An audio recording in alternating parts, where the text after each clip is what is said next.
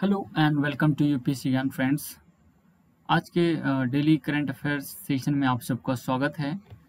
And discussion start करने से पहले आप सबके लिए एक इन्फॉर्मेशन मैं ये बता दूं कि हमारे चैनल पे इंडियन इकोनॉमी बेसिक्स जो हैं वो चल रहे हैं, हिस्ट्री रिवीजन प्रोग्राम चल रहा है, साथ ही साथ Indian polity basic revision and history optional ये बीपीएससी के लिए अभी चल रहा है, 65th बीपीएससी मेंस के लिए, और ये 66 के लिए भी होगा बेसिकली, क्योंकि ये स्टैटिक पोर्शन है तो ये कांस्टेंट रहता है। Okay, and we have daily current affairs programme और साथ ही साथ डेली एमसीक्यू प्रोग्राम चल रहा है स्टैटिक के साथ साथ करंट अफेयर्स भी।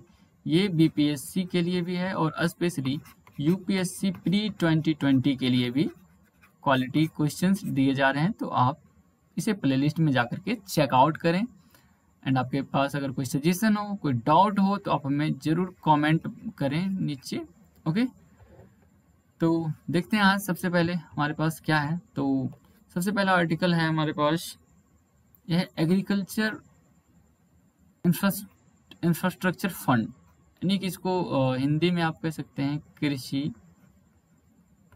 अवसंरचना निधि। ओके, खैर ये नाम उतना भी टफ है नहीं। ओके, एंड शॉर्ट में एक बोलेंगे इसे AIF। ओके, तो इससे अभी ये न्यूज में क्यों है, क्योंकि अभी से कैबिनेट ने इसे अप्रूवल दे दिया है और ये एक सेंट्रल सेक्टर स्कीम होगा, ध्यान देना है इन सब चीज़ों पे। और ये एक फाइनेंसिंग फैसिलिटी होगा अंडर एग्रीकल्चर इंफ्रास्ट्रक्चर फंड के तहत। ओके, तो इसके बारे में जानते हैं कि एग्रीकल्चर, सबसे पहला टर्म आपके पास है एग्रीकल्चर के बारे में। और ये जो लॉ है, ये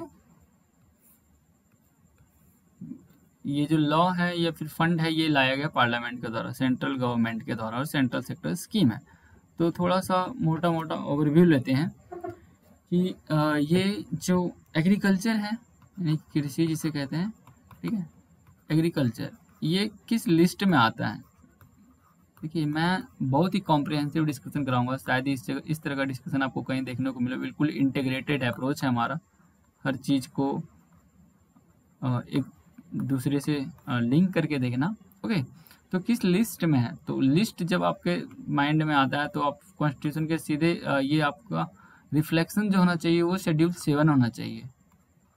शेड्यूल 7 अनुसूची 7 में 3 प्रकार के लिस्ट हैं, state list, union list and concurrent list. तो एग्रीकल्चर ये पार्ट है स्टेट लिस्ट का, ठीक है, स्टेट लिस्ट का। और वनडे एग्जाम में कई बार कितने सब्जेक्ट हैं ये स्टेट लिस्ट में, ये पूछा जाता है। तो इनिशियली जब ये बना था संविधान हमारा, देन उस टाइम पे 66 आइटम्स थे इसमें। But over the period of time, जैसे जैसे टाइम गुजरा, अमेंडमेंट हुए बहुत सारे हमारे संविधान में, तो उसमें से कुछ प्रोविजन को डिलीट कर दिया गया और करंटली अभी 59 सब्जेक्ट है। तो आप इसे याद रखेंगे, ठीक है, ये इंपॉर्टेंट है।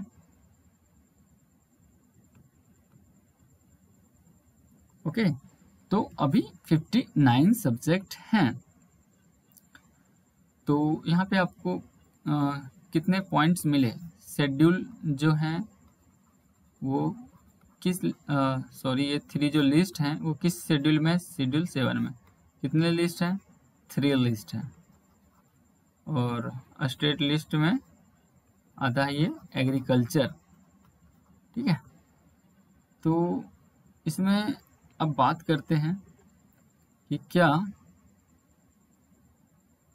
और भी ऐसे कौन से चीज़ हैं जो स्टेट लिस्ट में आते हैं, तो वो भी देख लेते हैं। इससे और भी चीज़ें ऐसे हैं, पब्लिक हेल्थ, हालांकि इसमें पार्लियामेंट भी लॉ बना सकती है। ओके, बना सकते हैं। पब्लिक हेल्थ है, साथ ही साथ पुलिस, ठीक है, पुलिस सिस्टम जो है वो भी इनके पास है। साथ ही साथ पब्लिक ऑर्डर, ये भी स्टेट लिस्ट में आता है। ओके, और साथ ही साथ एग्रीकल्चर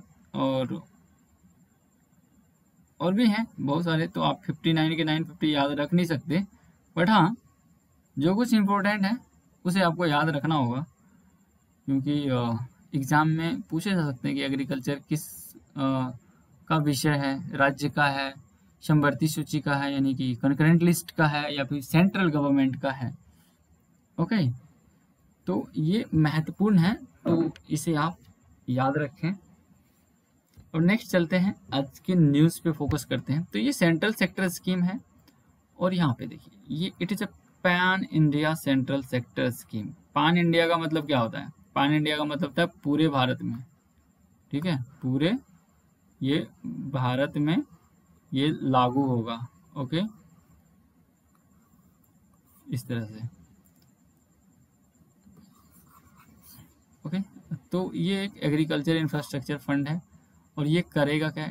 ये जो प्रोवाइड कराएगा मीडियम लॉन्ग टर्म डेट, मतलब मीडियम लॉन्ग टर्म डेट ये फाइनेंस फैसिलिटी देगा, एंड जो वायबल होगा post harvest management. Post harvest management मतलब ये है कि हार्वेस्टिंग के बाद जो प्रबंधन होता है उसके लिए इंफ्रास्ट्रक्चर देंगे, और साथ ही साथ कम्युनिटी फार्मिंग के लिए। कम्युनिटी फार्मिंग में क्या होता है कि बहुत सारे किसान मिलके वो एक चीज़ों को उगाते हैं, मतलब कलेक्टिवली सामूहिक रूप से खेती करते हैं वो, ठीक है, और सामूहिक रूप से अपना वो पूंजी लगाते हैं, उसे बोलते हैं कम्युनिटी फार्मिंग। तो ऐसा ये कहा जाता है कि इंडिया में क्या कम्युनिटी फार्मिंग को बढ़ावा देना चाहिए। तो आप इसे देखिए, ये तो हमारे प्रीलिम्स, मैं इसे प्रीलिम्स के पर्सपेक्टिव से कर रहा हूँ, लेकिन कुछ बहुत सारे पॉइंट्स आपको मेंस के लिए मिलेंगे, मेंस के जीएस पेपर 3 में, ठीक है। एंड प्रीलिम्स के लिए तो ये फंड इसके अंदर जो स्पेसिफिकेशन है, इसके प्रोविजन है, वो आपसे पूछा जा सकता है। लेकिन आप इसे इंटरलिंक करें, आप इसको फोल्डर के तौर पे अपने मेंस में कैसे इस्तेमाल करेंगे? सबसे पहली बात है कि आपको लिंक करना आना चाहिए।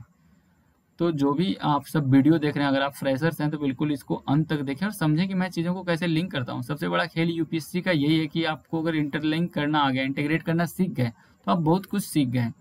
सिलेक्शन होना ना होना वो बात की बात है, लेकिन आपके अंदर पहले काबिलियत तो आनी चाहिए। ओके, तो इस तरह से ये क्या होगा कि यहाँ पे फाइनेंशियल सपोर्ट इसके तहत जो किसान होंगे उनको दिया जाएगा। और कौन कौन होंगे बेनिफिशरीज? इस स्कीम के तहत 1 लाख करोड़ रुपए प्रोवाइड किए जाएंगे, जो बैंक होंगे उनके द्वारा, और जो फाइनेंशियल इंस्टीट्यूशन है, ठीक है, जो वित्तीय संस्थाएं वो सब देंगे। किसे देंगे? जो प्राइमरी ये दिया जाएगा प्राइमरी एग्रीकल्चरल क्रेडिट सोसाइटीज जो होते हैं, पीएसईज को। अब ये क्या होता है, अब उतना डिटेल में जाना है नहीं, ठीक है। हेयर स्प्लिटिंग जिसको कहते हैं ना, वो नहीं करना है, बाल का खाल नहीं खींचना है, ठीक है। तो ये है मार्केटिंग कोऑपरेटिव सोसाइटीज जो है उनको दिया जाएगा। साथ ही साथ फार्मर प्रोड्यूसर ऑर्गेनाइजेशन है, इसके बारे में आपको जानना होगा, लेकिन इसमें कभी और डिस्कस करेंगे अलग से, ठीक है। सेल्फ हेल्प ग्रुप क्या होता है? स्वयं सहायता समूह, ठीक है। साथ ही साथ जो फार्मर होते हैं उन्हें उनको मिलेगा, ठीक है।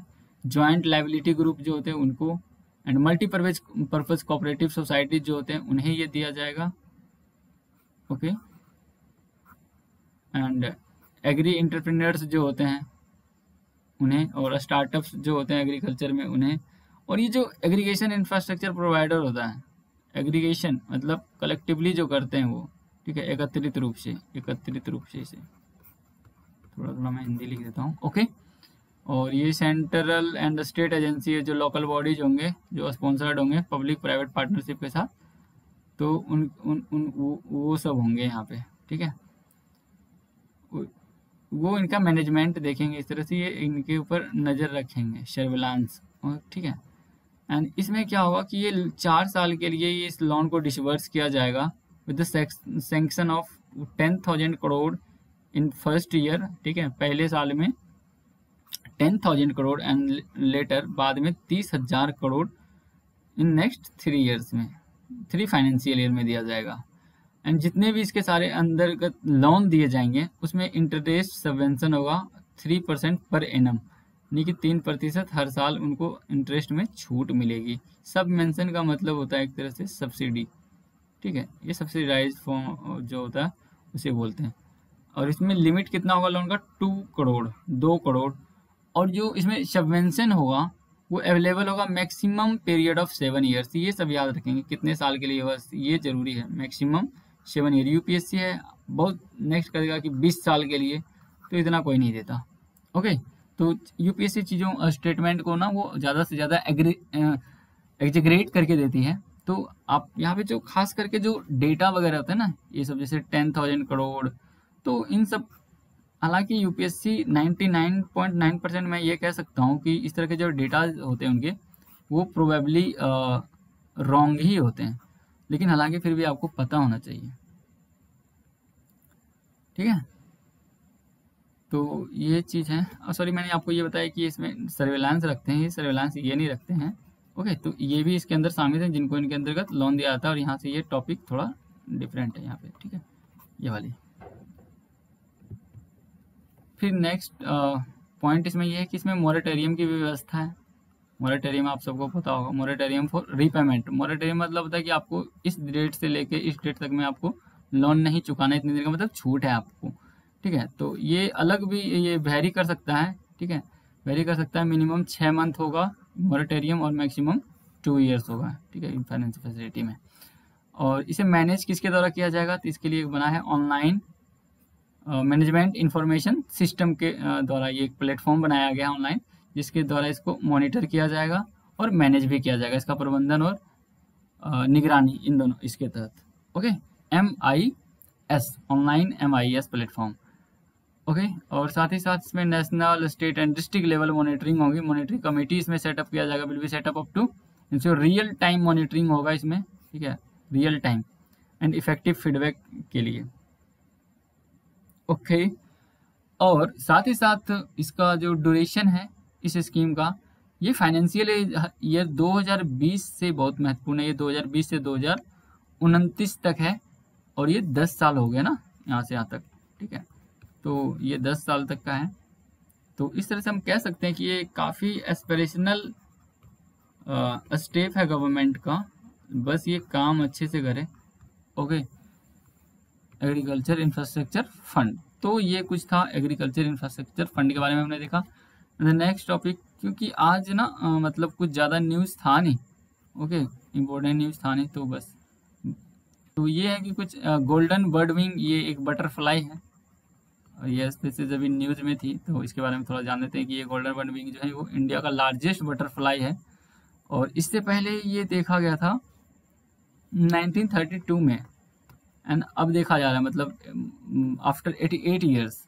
ठीक है, तो ये हिमालयन बटरफ्लाई है, तो ये याद रखें। इसका नाम दिया गया है, जब 1932 तक जो था इसका कोई नाम नहीं था, बट इसे अब नाम दिया गया है। तो आपसे ऐसा यूपीएससी सवाल पूछ सकता है, गोल्डन बर्ड विंग ये क्या है, बटरफ्लाई, इंसेक्ट, इस तरह की चीज़ें।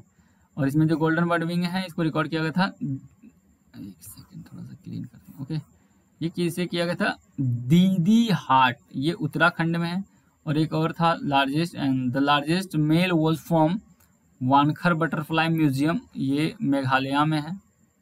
यहाँ से देखा गया था, मेघालय की कैपिटल शिलोंग में। Golden bird wing the larger, ये इससे बड़ा होता है। सदर्न बर्ड विंग जो होते हैं इससे ये बड़ा है। Okay, and which was earlier consider to be the largest, जो इसे पहले माना जाता था बड़ा, लेकिन अब जो है ये इसे रिप्लेस कर दिया किसने, गोल्डन बर्ड विंग ने। ओके, तो यहाँ पे आप देख सकते हैं यही वो तितली है। नेक्स्ट एंड लास्ट टॉपिक है ये सुपर एनाकोंडा एंड शेषनाग। नाम आप सबने सुना होगा, एनाकोंडा का तो नाम सुना ही होगा वैसे भी, और शेषनाग बहुत सारी मूवीज और सीरियल, विष्णु पुराण, महाभारत, पता नहीं कहाँ पे आता था शायद, तो वहाँ पे आपने सुना ही होगा शेषनाग। ये शायद श्री कृष्ण जी से इससे कुछ इसमें था, उनकी कहानी इनकी।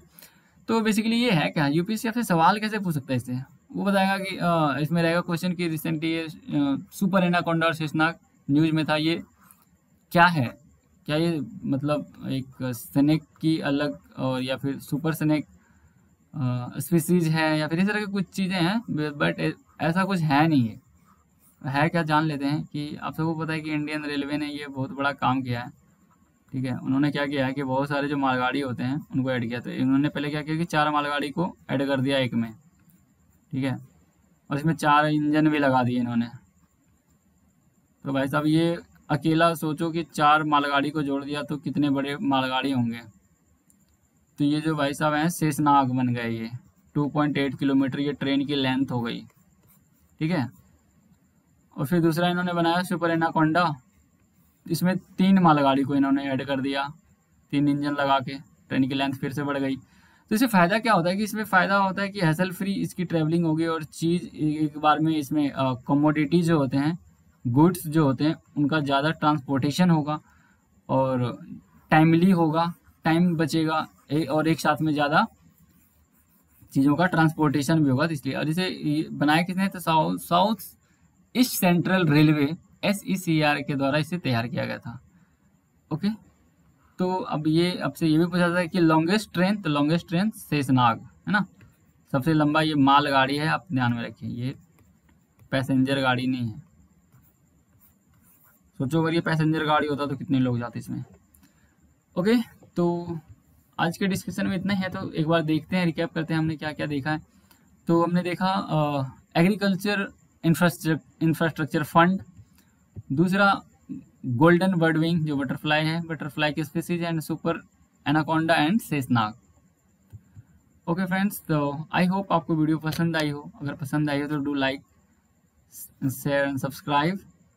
ओके, अगर पसंद नहीं आया तो आप डिसलाइक भी कर सकते हैं, और आप हमें इंस्टाग्राम फेसबुक पेज पे यहाँ पे जाके आप पेज लाइक कर सकते हैं, फॉलो कर सकते हैं। और अगर आपको PDF चाहिए जो हमारे MCQs वगैरह आ रहे हैं करंट अफेयर्स के, तो आप हमारे इस टेलीग्राम को जाके ज्वाइन करें। अगर आप आंसर राइटिंग के लिए इच्छुक हैं तो आप हमारे आंसर राइटिंग ग्रुप को ज्वाइन करें।